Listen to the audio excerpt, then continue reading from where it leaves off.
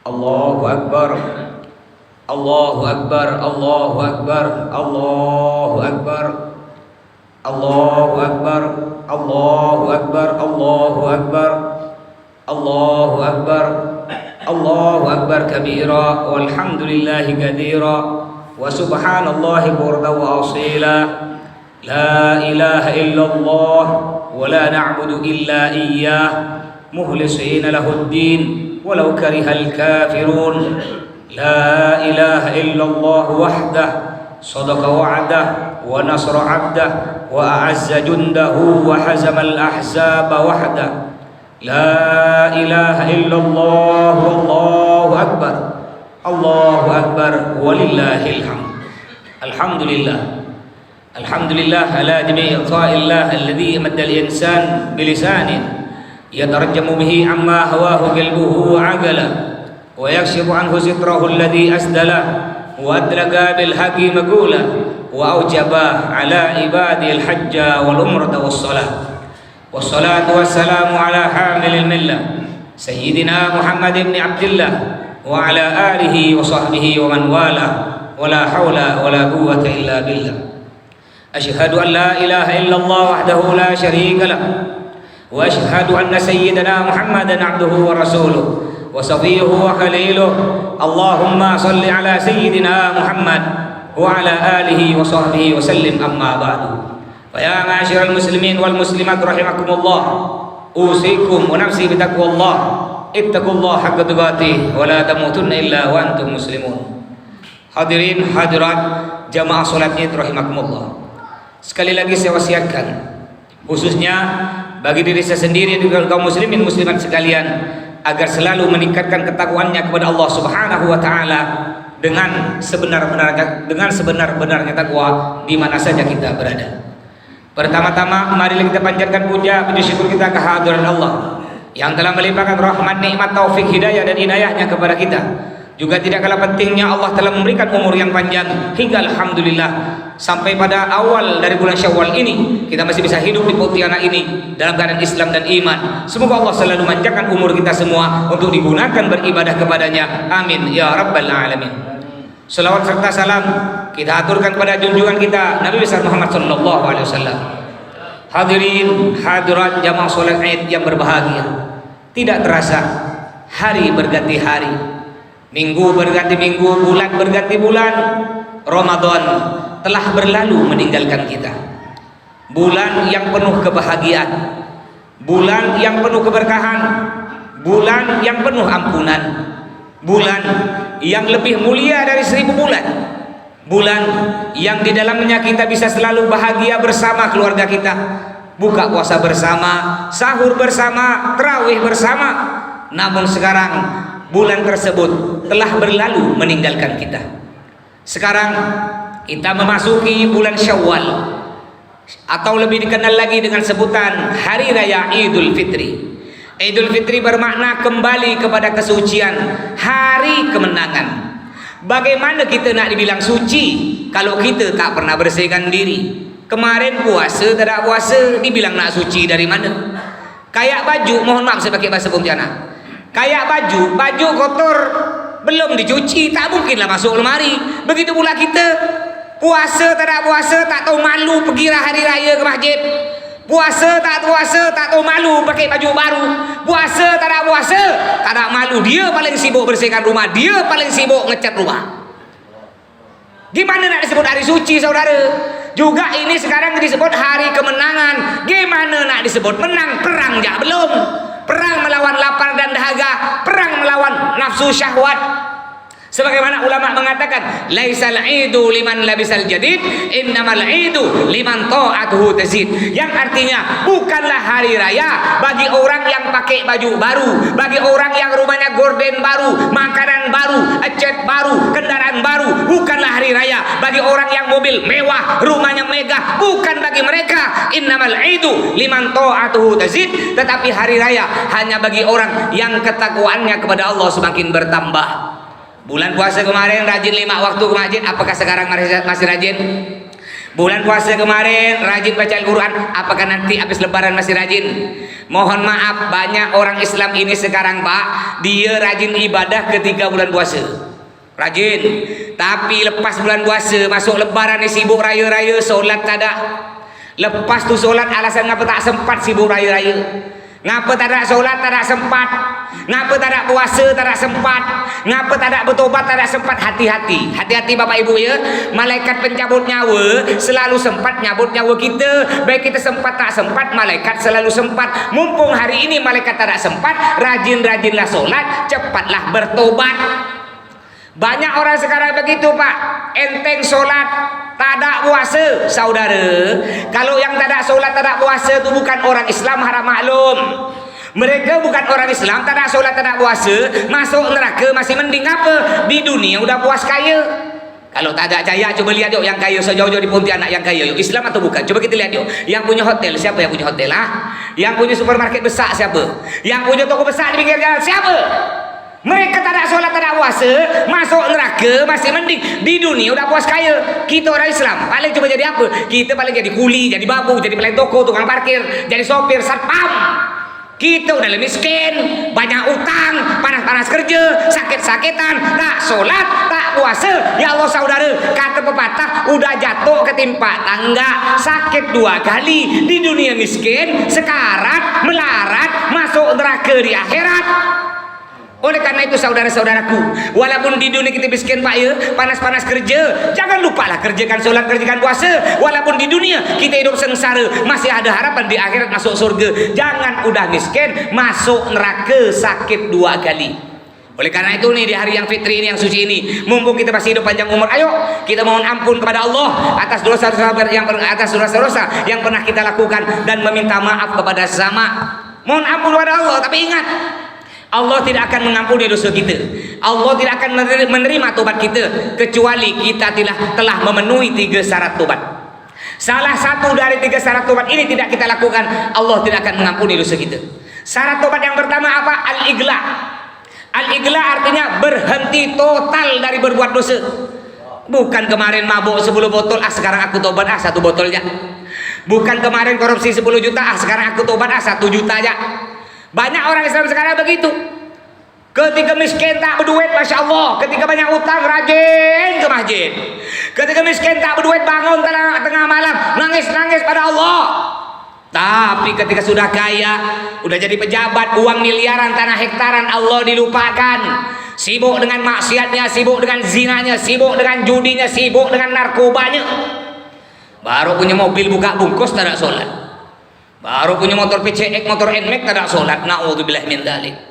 Jadi sesibuk apapun kerjakan sholat saudara. Al-igla. Syarat tobat pertama, berhenti total dari perbuatan dosa. Syarat tobat yang kedua, an-nadam. An-nadam artinya menangis. Menangis kepada Allah. Bangun tengah malam Pak, orang tidur semua tuh jam 1, jam 2 kita bangun, menangis kepada Allah. Ya Allah, saya banyak dosa ya Allah. Masa kita masih nak maksiat lagi Pak, udah tua, udah punya anak, punya cucu Pak, tak malu ke anak kita Pak? Tak berubah ya. Malah duduk di warung kopi berjam-jam tak ada kerja. Duduk warung kopi main gaplek, main judi saudara. Bila lagi kita nak tobat? Kita semua ni nak mati saudara.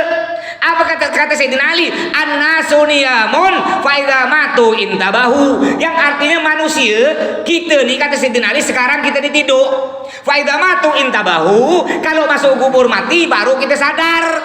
Sekarang kita tidur Pak, masuk kubur baru kita sadar, ya Allah, ngapa aku kemarin ya di Gang Jeruju 2 tak ada ke masjid, padahal rumahku dekat masjid Pak.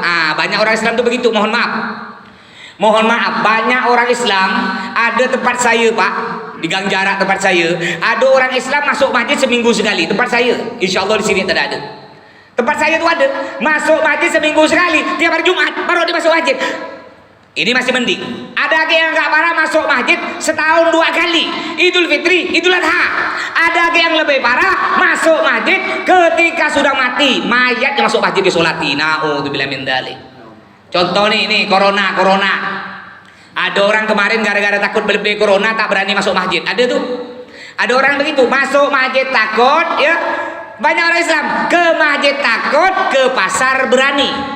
Ke masjid takut, berangkat kerja berani. Ke masjid takut, main rumah keluarga berani. Memangnya corona cuma ada di masjid? Banyak masjid di Pontianak tutup, tapi tak ada sebutik pun pasar tutup. Ada masjid di Pontianak jaga jarak solatnya, tak ada sebutik pun di Pontianak solat jaga jarak.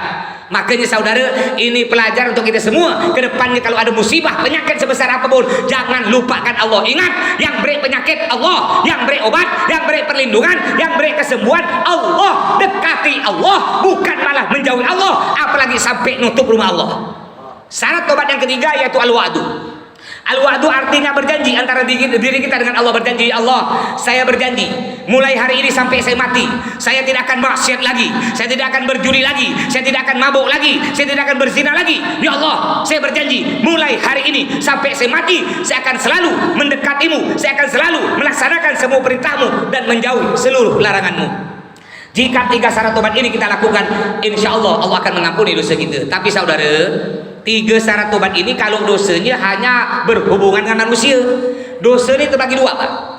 Ada dosa yang berhubungan dengan Allah. Jadi dosa itu ada 2. Yang pertama, dosa berhubungan dengan Allah. Seperti apa? Berzina, berjudi, mabuk-mabukan, narkoba. Ini cukup 3 syarat tobat tadi. Yang bahaya nih, dosa yang berhubungan dengan manusia. Seperti apa?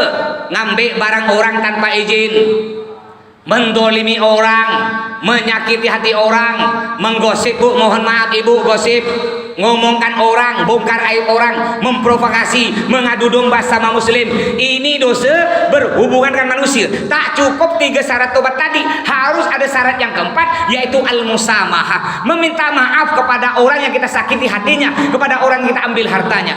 Walaupun kita memohon ampun kepada Allah, menangis hingga meneteskan air mata darah, tapi kita tidak minta maaf kepada orang yang kita ambil hartanya tanpa izin, tidak minta maaf kepada orang yang kita sakiti hatinya, Allah tidak akan mengampuni dosa-dosa kita. Oleh karena itu saudara, sekarang mumpung sekarang nih momen yang baik untuk maaf-maafan. Sebenarnya maaf-maafan itu tiap hari, cuma kebetulan bulan hari raya ini paling cantik banget minta maaf. Ayo kita jangan gengsi. Kadang-kadang mohon maaf, kadang-kadang ini ada kita digengsi. Mentang-mentang lebih tua lalu ngomong ini, apa pula aku nak minta maaf ke dia? Aku ni datuk dia, aku ni paman dia, aku ni abang dia, aku ni lebih tua dari dia lo minta maaf ke aku. Ini tidak dicontohkan oleh Nabi Muhammad. Apa kata Nabi Muhammad? Sebaik-baik orang Islam ialah orang yang meminta maaf kepada orang yang berbuat salah kepadanya sebelum orang tersebut minta maaf. Ini orang paling bagus. Walaupun kita tak punya salah, yang punya salah tanda kita lo minta maaf. Ini kadang-kadang udah punya salah tak mau minta maaf. Naudzubillah min dzalik. Makanya saudara jangan gengsi, minta maaflah kepada sama, mohon ampun kepada Allah sebelum malaikat maut mencabut nyawa kita. Mudah-mudahan khutbah yang singkat ini dapat bermanfaat bagi kita semua. Kurang lebihnya mohon maaf, marilah kita berdoa kepada Allah Subhanahu wa taala. Ya Allah, ampunilah dosa-dosa kami, terimalah amal ibadah kami. Jangan kau cabut nyawa kami ya Allah, kecuali kalau kau telah menghapus seluruh dosa-dosa kami. Ya Allah, ampunilah dosa orang tua kami, ayah, ibu kami, keluarga kami ya Allah. Rindu kami kepada kedua orang tua kami ya Allah. Ingin kami melihat wajah mereka, ingin kami melihat senyum mereka, bahkan kami rindu kepada omelan-omelan dari orang tua kami ya Allah. Ya Allah, kami ingin mencium tangan kedua orang tua kami. Kami tidak sempat seumur hidup mencium kaki kedua orang tua kami. Kami lebih sibuk dengan harta kami. Kami lebih cinta kepada istri kami. Tapi kami tidak peduli kepada orang tua kami, ya Allah. Namun kedua orang tua kami sudah meninggal dunia. Kedua orang tua kami sudah tiada, ya Allah. Hanya doa, hanya doa yang bisa kami panjatkan kepadamu. Ampunilah kedua dosa orang tua kami, ya Allah. Kumpulkanlah kami bersama kedua orang tua kami di dalam surgamu bersama Nabi Muhammad SAW. Ya Allah, jadikanlah anak-anak kami anak yang soleh solihah. Jadikanlah istri kami istri yang soleh yang solihah. Jadikanlah keluarga kami keluarga sakinah, mawaddah warahmah, senang di dunia, bahagia di akhirat. Rabbana atina fid dunya hasanah wa fil akhirati hasanah wa qina adzabannar. Walhamdulillahi rabbil alamin. Allahumma shalli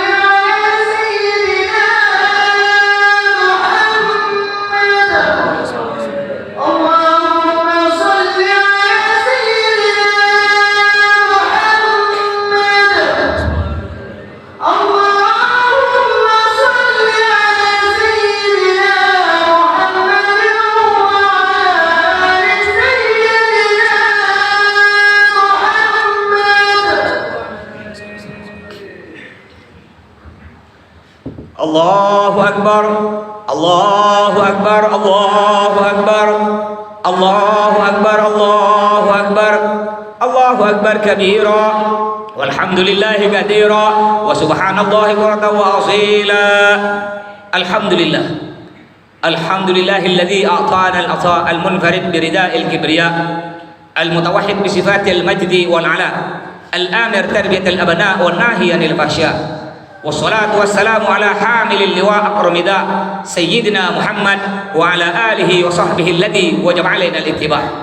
Asyhadu an la ilaha illallah wahdahu la syarika lah wa asyhadu anna sayyidina Muhammadan 'abduhu wa rasuluh. Allahumma salli ala sayyidina Muhammad wa ala alihi wa sahbihi wa sallim, amma ba'du.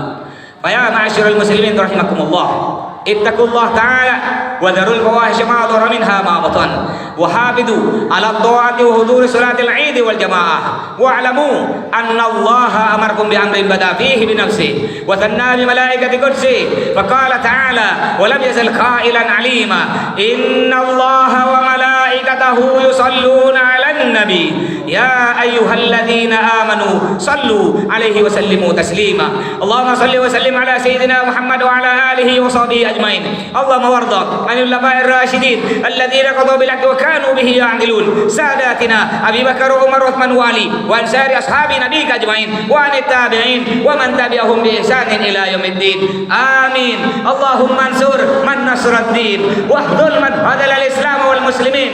اللهم اهلك اليهود والنصارى والكفرة المشركين. اللهم آمنا في دورنا وأصلح ولاة أمورنا واجعل اللهم ولايتنا في من هابك واتقاك. اللهم ادفع عنا الغلاء والبلاء والوباء خصوصا وباء كورونا يا الله عن بلدنا إندونيسيا وعن سائر بلاد المسلمين عما يا رب العالمين. اللهم اغفر للمسلمين والمسلمات والمؤمنين والمؤمنات الأحياء منهم والأموات برحمتك يا أرحم الراحمين. عباد الله إن الله يأمركم بالعدل والإحسان وإيتاء ذي القربى وينهى عن الفحشاء والمنكر والبغي يعظكم لعلكم تذكرون. فاذكروا الله العظيم يذكركم واشكروه على نعمه يزدكم واسألوه من فضل يؤتيكم ولذكر الله أكبر والله يعلم ما تصنعون.